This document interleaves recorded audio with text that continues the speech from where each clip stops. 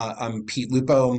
I'm also the attorney for Hoplite Communications. I've been in the industry for about 15 years doing telecommunications law, primarily first on the carrier side, most recently in the last 3, 4 years, exclusively representing municipalities, counties, and the like. We represent 2 counties and we represent about 50 municipalities throughout the state of New Jersey. So this is the only thing we do is represent municipalities and county level entities.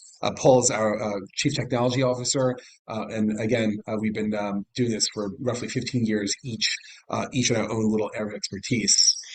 We came across Assembly Bill A-4376, and we were alarmed by what we saw in this bill. We were very concerned about the impacts it'll have on municipalities, primarily shot clock. The two big things we'll go ahead and summarize is a shot clock. It only allows roughly 30 days for any kind of application. And as anyone here is official understands, 30 days to go through a caucus or a working session and getting into an actual planning board meeting or the like, impossible. And it'll have a very detrimental impact on most of these types of applications. So let's go do an overview. So let's talk about A4376. We're going to go ahead and do this breakdown to the bill itself, and then we'll also be able to go into a discussion and break through illustrations. Again, we know everyone is very busy. Our presentations are going to last more than 10 minutes, minus the questions that some of the participants may have.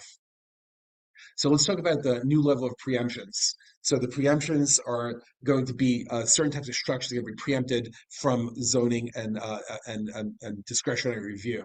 We have 30 days for a zoning permit to issue that out. Suitable buildings may be fair game. So a building which would normally be subject to discretionary review will now be fair game, saying that they may be subject to 30 days that you have, and then a ZP must be issued. Small cells in a right of way are less impacted. They will be impacted, and we'll go over that in a bit. And new towers, so a new, for example, new monopole going to town won't be impacted so much by this new rule, but you'll see there's a whole swath of aspects that will be impacted by it, which will have a detrimental impact on municipalities and the aesthetics, particularly if this bill goes through. So let's do a little bit of an overview on A4376. Thank you very much. Oh, excellent. I'm happy the audio is back. Yeah, it was one of the, we were trying to use an external mic, and what happened was it just wasn't, its formatting wasn't properly integrating with Zoom, and it was causing it to be garbled, so we just disabled the external mic. Now we're just going right from the laptop mic, which is pretty adequate. Okay, so what we're looking at now is a snapshot of the bill itself. It's only 3 pages. We're seeing it in its entirety right here. We kind of just took a screen capture of each page and threw it up there. And as Peter mentioned, the essential aspects of the bill are that they reduce the ability of a municipality to require discretionary approvals for just about all practical upgrades for wireless facilities in the state of New Jersey. Zoning permit only. It's an over-the-counter permit, as most know. Basically the zoning officer checks to see that it's compliant, with existing regulations, and that's it. In this case, the zoning permit would be confirming compliance with the state standards. It would preempt any local zoning ordinance that conflicts. And you have 30 days to do it, no matter what it is. Like all sorts of upgrades fall into this penumbra, from tower upgrades where you're adding a new array to the top of the tower, and you're increasing the height of it by like less than 20 feet. 20 feet is kind of a lot, so it's going to cover just about anything.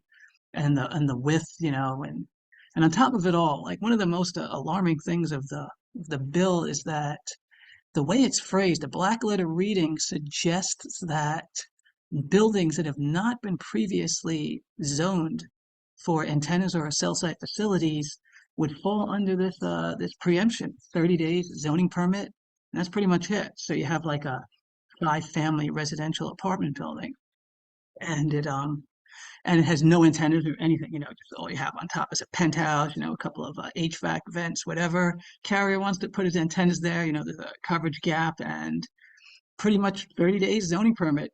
Those would be the typical things that would be subjected to public involvement, notifying residents nearby, site plan approval, because it changes the character and the aesthetics of a streetscape, a neighborhood, and so on. But the way it's phrased, the I don't believe it was the intention. You know, reading the bill in its entirety, doesn't appear that the intention was for this to happen, but the way it's phrased and the way that it reads, it is an implication. So let's do a little bit of a breakdown. I think it's very useful. Paul went over and showed you actual text. I like to do, I think it makes it much more helpful for people when you break everything out. So you see over here, we have two different categories. We have the conventional tower and rooftops that we currently have. That's 4G, and the small cells and right away, those are the utility poles. We'll see how things are different. So under the height for both the for tower and rooftops, for both A-4376 and FCC. Nothing's really changed.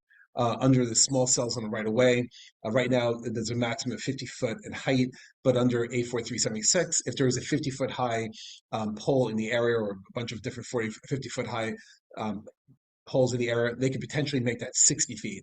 And that's a dramatic increase. 50 feet is already high and cast shadows. An extra 10 feet would really make it up, with the shadow and just the overall impact on the quality of life in the area would really detrimentally impact it. Now, just to be clear, right now, up to now, on the small cells that we've seen put in places like Fort Lee and Cliffside Park and the like, they were roughly 38 feet. So they were conventional wooden utility poles that match everything else in the streetscape. But they could go up to 50 feet, and even worse, under A4376, they go up to potentially 60 feet or higher. Let's go with width. Right now, under the FCC, they could be 20 feet from the tower. So if it's a monopole, they could potentially have a 50-foot high metal arm coming out. They're also called booms. And on rooftop sites, they could go project 6 feet from the rooftop parapet wall over the building. So it could be 6 feet. Generally, don't do that. Generally, they have them flush mounted or they're on brackets, H frames. They usually have typically flush mounted, but they could go up to 6 feet beyond the parapet, which they rarely do. Under the proposed A4376, they could go up to 20 feet off of it or the structural width. And as I mentioned before, if the audio was kicked in by then, it could lead to a ridiculous type of conclusion where you have a 50-foot high, 50-foot wide rooftop. So that would allow to go 50 feet with an arm bar off the parapet to go and build their tenant facilities, which would look outrageous.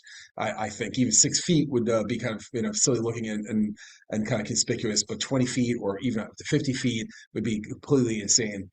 FCC is silent on the width requirements for a small cell, but allows up to 6 feet on a small cell. Could you imagine a 6 foot wide utility pole in a public right away on a sidewalk? It would look, just nothing, it would match nothing. It would really stick out like a sore thumb. FCC leaves up to local municipalities to decide what kind of approval process they do it. Under A4376, it limits it only to a ZP, so you have a lot less flexibility about what mechanism you decide to go and get approval. Under concealment elements, so right now in the FCC is that if you make a condition of a rooftop antenna site, for example, to be conditioned on a faux style looking concealment, or for example, you allow for some other type of structure that would conceal the cabinets. Usually, it might have a little faux penthouse that might be commonly found in an urban setting. You can't defeat it. You can't add or do an improvement to something that would defeat that concealment purpose that the zoning board or land use board would provide for. Under the new A4376, it's silent, so potentially could go ahead and undermine the concealment purposes. Things like environmental, ADA, and SHPO, it's silent with respect to A4376. But under the FCC, those impacts would be considered. And most dramatically, and we'll break this down further in the next slide, you only have 30 days to approve any of this. You have 30 days upon submission of a complete application to approve and issue only a ZP. Under the FCC, you have 60, 90 days, 60 days for an existing small cell site, 90 for new pole, for a new pole small cell, and you have up to 150 days to approve or deny under the FCC for a 4G site. So a new tower or new rooftop installation, you have 150 days to make the decision. Key thing with for 4G site, it's discretionary. The zoning board or the land use board could have the ability to deny it entirely. Under the new A-4376, you would have none of those rights. You could not deny a rooftop installation or a new tower for whatever purpose you would have for that. Under the new law, you have 30 days to approve it. Under the FCC, if you the shot clock is exceeded, the carrier can sue. Now, generally speaking, if you're responsive with the carrier, say, hey, we had a very busy agenda, we couldn't get it before a committee or whatever it was. They generally want to work with the municipality to give that explanation. They don't have to, but generally speaking, to give some transparency, they'll go extend it. But more importantly, no one wants to sue because suing takes time. If it's choice between voluntarily allowing an extra 30 days to go ahead and to review an application or going to court, which would take 6 months, a year, whatever it is to go to court, they prefer to go ahead with a municipality that's being transparent and communicative and allow for an extension on there. But under the new proposed A-4376, it's deemed approved after 30 days. There's nothing you can do about it. Very stark, very harsh type of reaction or type of consequence, and if you don't approve it within the 30 days or issue a ZP. So let's go ahead and do a kind of comparison. I think this is very helpful. We'll go ahead and do this with a co-location on a rooftop or tower. You have 90 days under the FCC. That's the red. The green is under the new proposed assembly bill. You have 30 days to go ahead and to approve a rooftop or a tower. A small cell on a new pole, you have 90 days. 30 days here. So in both cases, you're looking at 1/3 the time that you're permitted otherwise. So you have 3 times as much under the FCC in those cases. Small cell and existing tower, you have 60 days. With the new assembly bill that's pending, you have half the amount of time. You have 30 days. On a new tower, you have 150 days, as I mentioned, and that's discretionary. Again, on a rooftop or a new tower monopole, for example, you have 150 days in which to approve or deny, but you have that discretionary right to do it. Here, it's not specified under the new assembly bill. And again, as administrators here, you want certainty. You don't want things, undisclosed or something that's not defined. So again, we're not fans of this in any way. Okay, so what we're going to do now is we're going to take a look at a few of these examples, bringing this to light in images and a few hypothetical scenarios where a carrier applies, in this case, to install several antenna arrays atop of a condominium development in Hudson County. And by the FCC, you'd have 90 days to approve. It's an existing structure, but not previously used for antennas. So you have 90 days, and you could require any approval process that you like. Carriers push back a little because they don't like going through all these extensive approvals. But in this case, it's never been used before for cellular, and it's appropriate. So 90 days, you can do anything you want, and very importantly, at the end of the 90 days, you're not required to approve the application. Particularly again, since the building has not been used for cellular antennas before. But with the bill, the New Jersey bill that's pending, we know the time frame, 30 days, and we know zoning permit, and we know it would have to be approved. Again, we were just saying earlier, I don't believe this was the intention of the drafters of this bill. It's just a black letter reading. So they go through several revisions, a few additional committees. Some of these things can be brought to their attention, if they're like dead set on passing it, maybe it could be substantially modified to be less impactful. Get rid of some of the egregious aspects, like as Peter mentioned before in the little table we had, the width of an existing structure, that it can be increased by the existing width, like 50-foot wide building.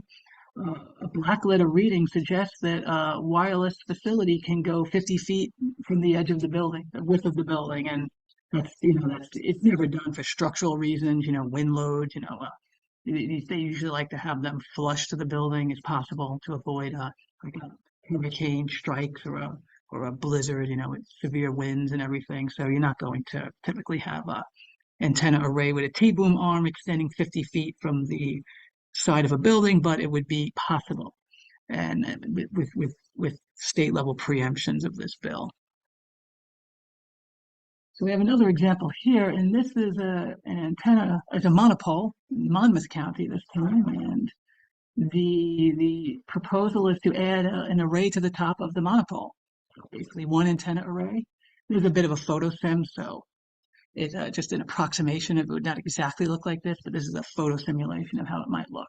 So adding an antenna array to the top, FCC current standards, the FCC's reasonable preemption, it's reasonable. The FCC, it's by comparison to this bill, we call it a measured and balanced level of preemptions. Still kind of harsh for local municipalities, but nonetheless, 90 days. And here's where the FCC gets a little tricky. In this particular application, you're looking at 90 days to approve it, and you can subject the applicant to anything you want. You can say site plan review, conditional use. Because of the eligible facilities request standard that was established in 2012 as part of the Spectrum Act, as it's called now, and then the FCC made regulations on it in the subsequent years, you'd actually have to approve it if it falls within those parameters. So basically, yeah, you have 90 days, you can do whatever you want, but in the end, you have to approve. So, bit of an illusion of choice here, but the FCC in this case is not all that much choice because you have 90 days to do it. You can have a larger process, you can get the public involved, just cover your basically bases, so to speak. With the bill, as we know, we've heard it in several other examples and in our table and in our introduction. 30 days, zoning permit, you have to approve it. Basically, it's anything under 20 feet, anything less than anything, if a single antenna array, 20 feet height increase, and it all has to be approved within 30 days. You cannot subject the carrier to any discretionary approvals like with the zoning board or the planning board or anything like that. Okay, this is a new small cell in the right of way. Now I want to refer back to the timeline chart we did before. The version we're going to send over is going to have a minor correction to it. Basically, the bill upon close examination is more or less silent. The pending New Jersey bill is silent on new poles, silent on new towers. Anything completely new from scratch, it's kind of silent on. The FCC, many people are aware of the 2018 small cell order, sometimes known as CARS order, the small cell order, and whatever you want to call it, was established in 2018 to give guidance on using the public roads and ways for the small facilities, which 5G, is needs to propagate its higher frequencies, which just don't quite go as far. So for 90-day FCC, 90 days administrative approval, and provided the proposed small cell is under 50 feet tall and a few other things we saw in one of the tables, you have to approve it. Again, the FCC's preemptions are pretty substantial. I don't want to say they're not. And it often presents the illusion of choice when there really isn't that much choice. But for the bill, it's actually silent on new small cells and new towers. So just to tie that back to the beginning, if anything that's existing, you have an existing water tower, existing utility pole, existing building, existing monopole, an existing utility transmission tower, if it's existing, and if the upgrade isn't going to be something completely outrageous, based on this New Jersey bill, it's a pretty good bet that it's going to have to be approved and approved quickly. Okay, so we're about to conclude right now.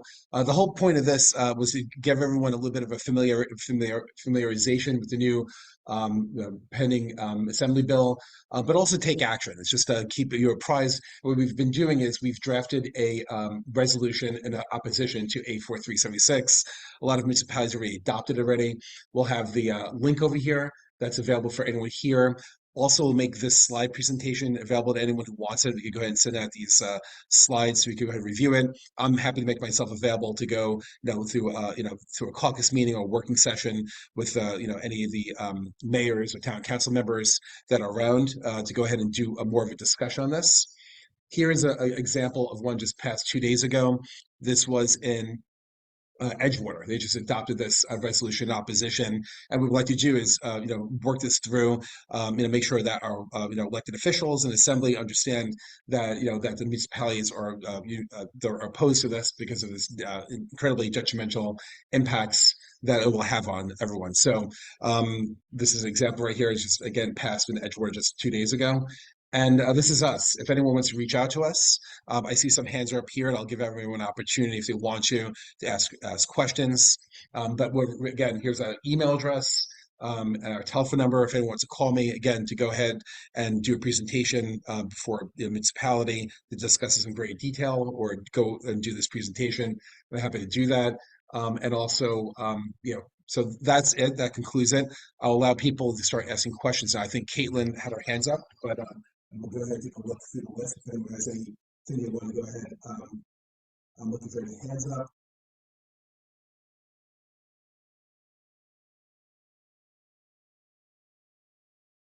Okay, I don't see any hands up right now. I'll give everyone a moment to kind of collect themselves. If there are any questions, I do see Alicia and Tom. We'll start with Alicia. She had a hand up first. Go ahead, Alicia. Hi all, can you hear me? I hear you. Okay. Thanks for the presentation. Unfortunately, I did come in a little bit late, and because of that, I'm wondering if you're able to share the recording with me so that I can watch what I missed, and also share it with my colleagues here that may not have been able to jump on. Absolutely, Alicia. It's not a problem at all. We're happy to share with you. Perfect. Thank you. Of course. Tom, I see you have your hand up. Yep. Yes. Hi, how are you?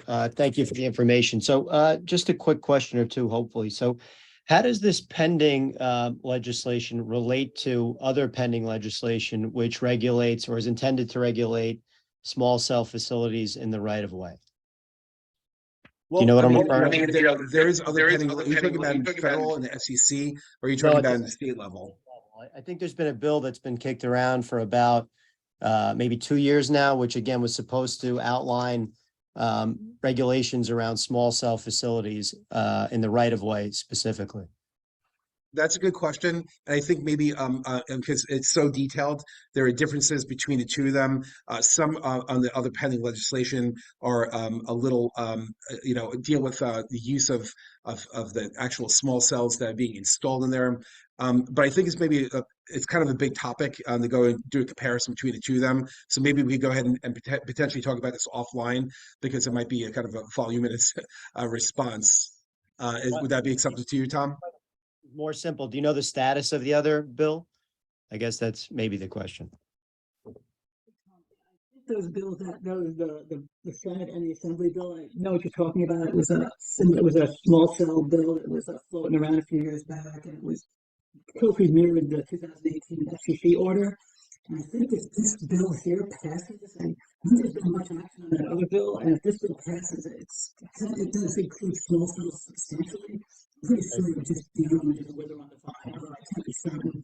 I think this one would probably prevail. It seems more extensive in its intentions as a bit broader. I think it's meant to just encompass everything.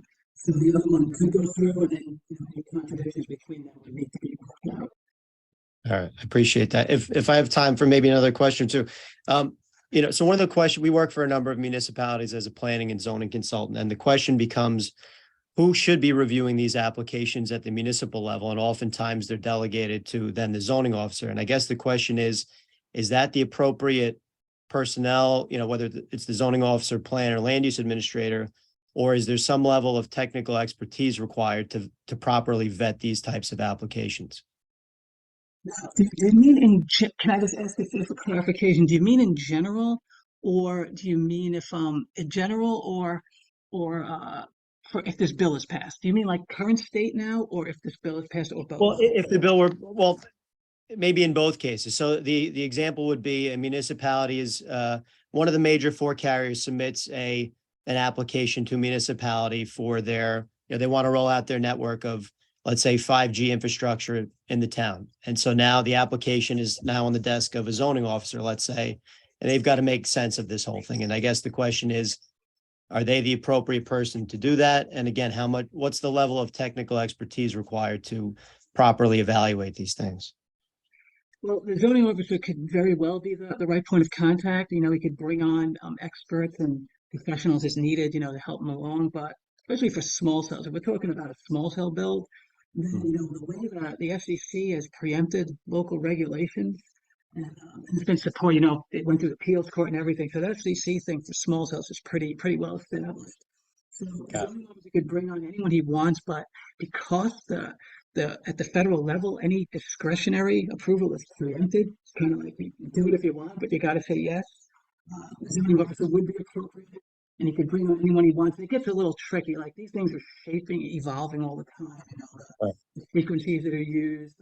Sometimes they want to make them a little taller, other times shorter. You know, sometimes installing them, like I've seen some towns where they've done a whole bunch of them, and sometimes they're like doing like round tall buildings. It's like, what can this be? And the other thing is the purpose and the intent, is it even being served? In some cases, you know, closer look at these things even going to serve anyone. These things, like it's two buildings on the side of it. It almost seems like it like one of these ones I saw was, it didn't seem like it was going to practically reach anyone. And, you know, these frequencies don't pass through buildings well, especially the high one for 5G. And this thing was sandwiched between two buildings. It just didn't seem useful. So on top of these things being zoned and, you know, administrative approval, I think it's not really the local municipality's right to ask that question. You can throw it out there informally and say, this is even going to do what it's supposed to do, in addition to all the zoning approvals and the administrative processes we have to go through. All right. Well, thank you again for the information and for the feedback. Appreciate it. Oh, my pleasure.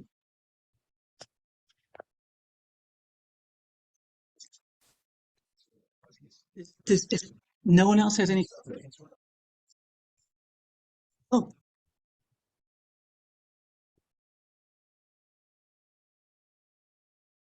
Hey, Alicia, I see your hand's still up. No, sorry, that was just from earlier. Okay, sorry. Okay, cool.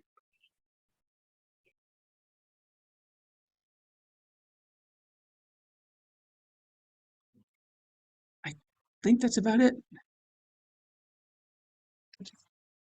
All right. Well, everyone, thank you very much. I think at this point, we're able to answer everyone's questions. Again, you have my contact information here. I could go ahead and send you the slide presentation. We'll also send the recordings to Alicia as well. And if you want to reach out to us and ask any further questions, call directly. We're happy to help and assist and give some guidance on here. Again, thank you for joining it. Everyone was very busy. And as I said, we'll make ourselves available